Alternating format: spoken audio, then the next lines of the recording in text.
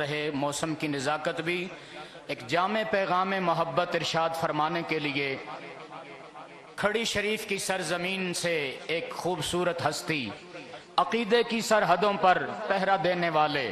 پیر طریقت، رہبر شریعت، جان نشین سرکار کھڑی شریف جناب حضرت قبلہ پیر محمد عمر بخش قادری آپ تشریف فرما ہوں اور اپنا پیغام محبت ارشاد فرمائیں۔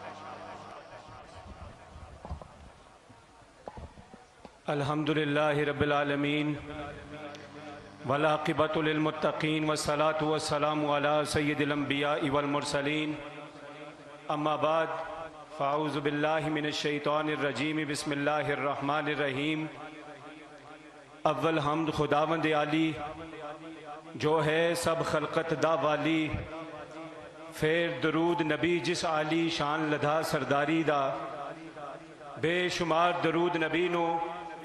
اس دی آل اولاد سبھی نو، صدیق عمر عثمان علی نو دم دم نال چتاری دا، حضرت حسن حسین امامہ اتھی بدی وانگ غلامہ، بندہ نیو نیو کرے سلامہ انہا دعا تھی واری دا۔ اور ایک شعر عرض کرنا چاہتا ہوں، خود قادری ہوں لیکن نقشبندیوں کے سٹیج پر موجود ہوں، اور ایک شعر عرض کرنا چاہتا ہوں، غالباً پچھلے سال بھی میں نے عرض کیا تھا کہ در تیرے تھے میں آ کھلوتا کامل مرد فقیرہ، کہہ دیجئے سبحان اللہ۔ در تیرے تھے میں آ کھلوتا کامل مرد فقیرہ، وچ خزانے تھوڑ نہ تے نو غزنی والے آپیرہ۔ حمد و درود کے بعد میرے انتہائی واجب الاحترام سرمایہ دین و ملت، دربار عالیہ حاضہ کے سجادہ نشین، پیر طریقت، رہبر شریعت حضرت پیر فضل ربانی صاحب دامت برکاتہم القدسیہ، ہم سب کی انتہائی عقیدتوں اور محبتوں کا مرکز و محور، مرد درویش، مرد قلندر، حضرت پیر شیر ربانی اسد دامت برکاتہم القدسیہ، اور خاص طور پہ میرے انتہائی کرم فرما ہم سب کی عقیدتوں اور محبتوں کا مرکز و محور حضور شیخ العالم کے، حضور خواجہ غزنوی کے نور و نظر، نور نظر، لخت جگر، عالم با عمل، صوفی با صفا، پیر طریقت، رہبر شریعت حضرت پیر شمس العارفین نقشبندی دامت برکاتہم القدسیہ، اور ہماری آج کی اس تقریب کے دلہا، کہہ دیجئے سبحان اللہ، حضور شیخ العالم کے نور نظر، حضور شیخ العالم کے لخت جگر، حضور شیخ العالم کی شبیہ مبارک، اور حضور شیخ العالم کے علوم کے وارث حضور پیر طریقت، رہبر شریعت حضرت پیر نور العارفین صدیقی دامت برکاتہم القدسیہ، سٹیج پر تشریف فرما کثیر تعداد میں حضرات علماء کرام، مشائخ اعظام اور خلفاء بھی یہاں تشریف فرما ہیں۔ عزیزان محترم، میں یہاں نیریاں شریف میں مہمان کی حیثیت سے نہیں، میزبان کی حیثیت سے یہاں حاضر ہوں، اور وقت چونکہ اپنے دامن میں وسعت نہیں رکھتا، انتہائی اختصار کے ساتھ چند ایک گزارشات آپ کے سامنے رکھنا چاہتا ہوں۔ یہ کوئی 2-4 دن کی بات نہیں، بلکہ تقریباً 1 صدی ہونے کو ہے کہ نیریاں شریف کے در و دیوار سے اللہ ہو کی صدائیں بلند ہو رہی ہیں۔ عزیزان محترم، اس پہاڑ اور دربار کے درمیان موجود جنت نشان زمین کا یہ ٹکڑا دہائیوں سے حضور خواجہ غزنوی کے غلاموں کے لیے محبتوں کا فرش بچھا رہا ہے۔ آج ایک بار پھر ایک فقیر کے در پر میلہ سجا ہے، آج ایک بار پھر حضور خواجہ غزنوی کے ویڑے میں رونق لگی ہے، آج ایک بار پھر ایک درویش کی خانقاہ پر عاشقوں کا ہجوم ہے، آج ایک بار پھر ایک صوفی کی خانقاہ پر عاشقوں کا ہجوم ہے، عقیدت مندوں کے ڈیرے ہیں، آج ایک بار پھر نیریاں شریف کے چلوں میں آگ جلی ہے، آج ایک بار پھر حضور خواجہ غزنوی کے لنگر کی دیگوں میں جوش اور ابال آیا ہے، آج ایک بار پھر حضور خواجہ غزنوی کے چمن کی بہار اپنے عروج پر ہے اور میرے جد اعلیٰ حضور عارف کھڑی کی قلم حرکت میں آئی. آپ فرماتے ہیں کہ آمی آمی نہ چر لامی دسی جات حسن دی آئے بھور محمد بخشا کر کے آس چمن دی. نت نت ہے ہتھ لگدا کسنو اے کرما دا ویلا رب جانے پھر نال سبب دے کدوں ہوے گا میلا.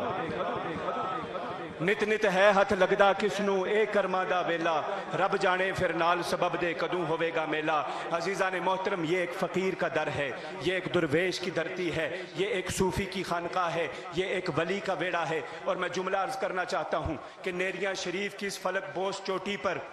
حضور شیخ العالم کے ویڑے میں اور حضور خواجہ غزنوی کے ڈیرے میں آج دلوں کی منڈی سجی ہے. کہہ دیجئے سبحان اللہ. اور نیریاں شریف کے تمام عقیدت مندوں سے میں مخاطب ہو کر یہ کہنا چاہتا ہوں کہ اے حضور خواجہ غزنوی کے دیوانوں،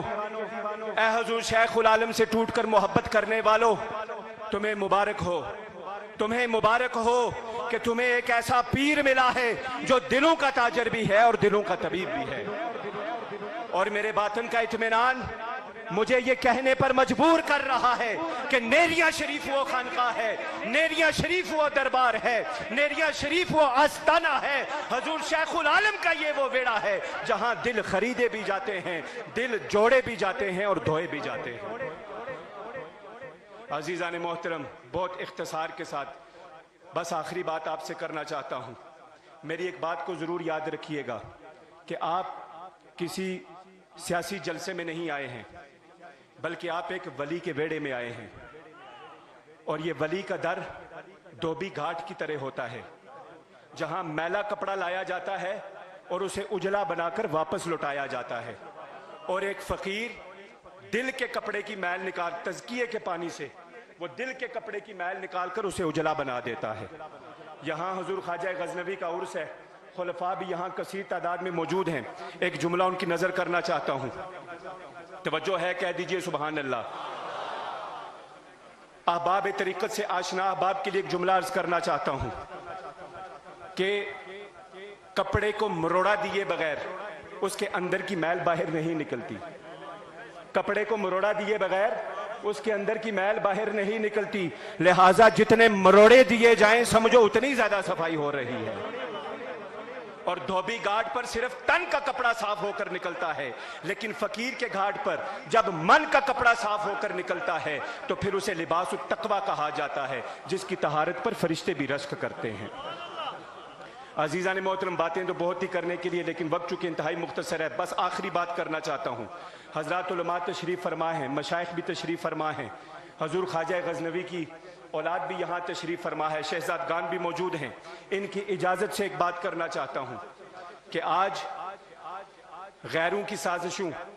اور کچھ اب یہ کہنا چاہتا ہوں کہ جب خدا کو ماننے والے گہری نیند سو رہے ہوتے ہیں اس وقت راتوں کو جاگ کر رات کے پچھلے پہر میں رب کے حضور سجدہ ریز ہو کر اس رب کو منانے میں جو یہ کہنا چاہتا ہوں کہ جب خدا کو ماننے والے گہری نیند سو رہے ہوتے ہیں اس وقت راتوں کو جاگ کر رات کے پچھلے پہر میں رب کے حضور سجدہ ریز ہو کر اس رب کو منانے میں جو مصروف ہو اسے صوفی کہتے ہیں. رات پوے تے بے دردانو نیند پیاری آوے درد مندانو تانگ سجندی ستیاں یان جگاوے.